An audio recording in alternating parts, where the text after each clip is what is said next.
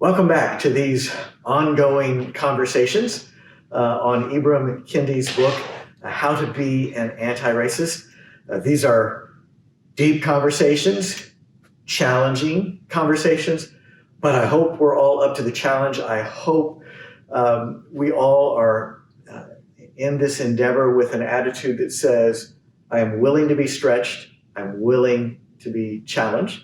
As we begin today, I want to remind us of what the Apostle Paul says in Galatians chapter 3, beginning at verse 26. For in Christ Jesus, you are all children of God through faith. As many of you as were baptized into Christ have clothed yourselves with Christ.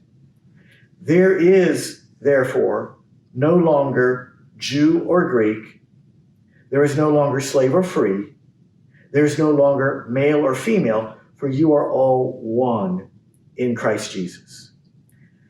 That was a radical statement in the first century, that the points of discrimination that were common in first century culture, male, female, socioeconomic differences, slave free, and racial differences, Jew, Greek, that the early Christians, through the power of Christ, were transcending those differences, learning to understand and respect those differences and interacting with equality. So what we are talking about in this series is a New Testament value. It's a biblical value. We are equal in Jesus, and we need to live in to that equality. So with that, we're going to dive in to chapters 5 through 9. And we're going to begin with Kendi's chapter on ethnicity.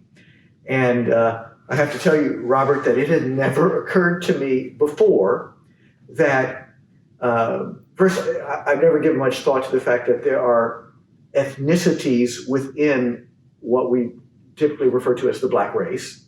Probably most of us are white, sort of lumped all Black people together. So it was very helpful to me to realize how silly that old way of thinking is. But it never would have occurred to me, as Kendi points out, that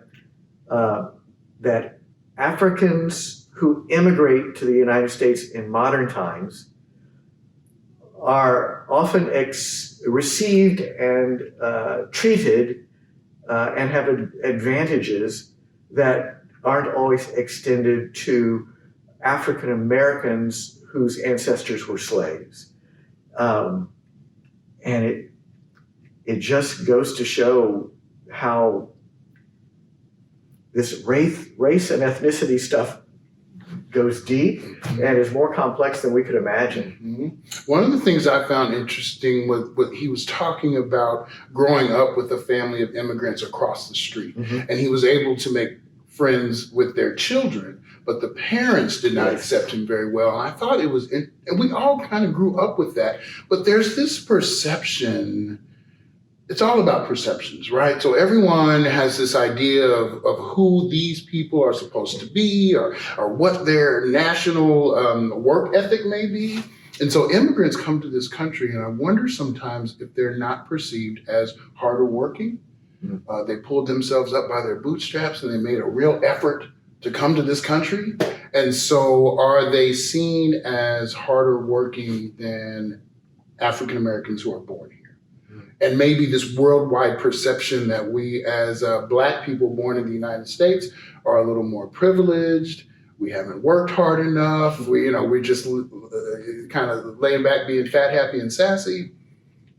But all of these things exist across the whole Black paradigm, racist ideas from one segment of the Black population against another segment of the Black population. And so these advantages perceived by Black Americans that immigrants who were not born here have, are they real or are they perceived? And that's the real question, because I think immigrants who come here would feel they're treated unfairly just because they're immigrants. Right. But if you sit in my seat, you say, well, they came over here and they have better access to loans.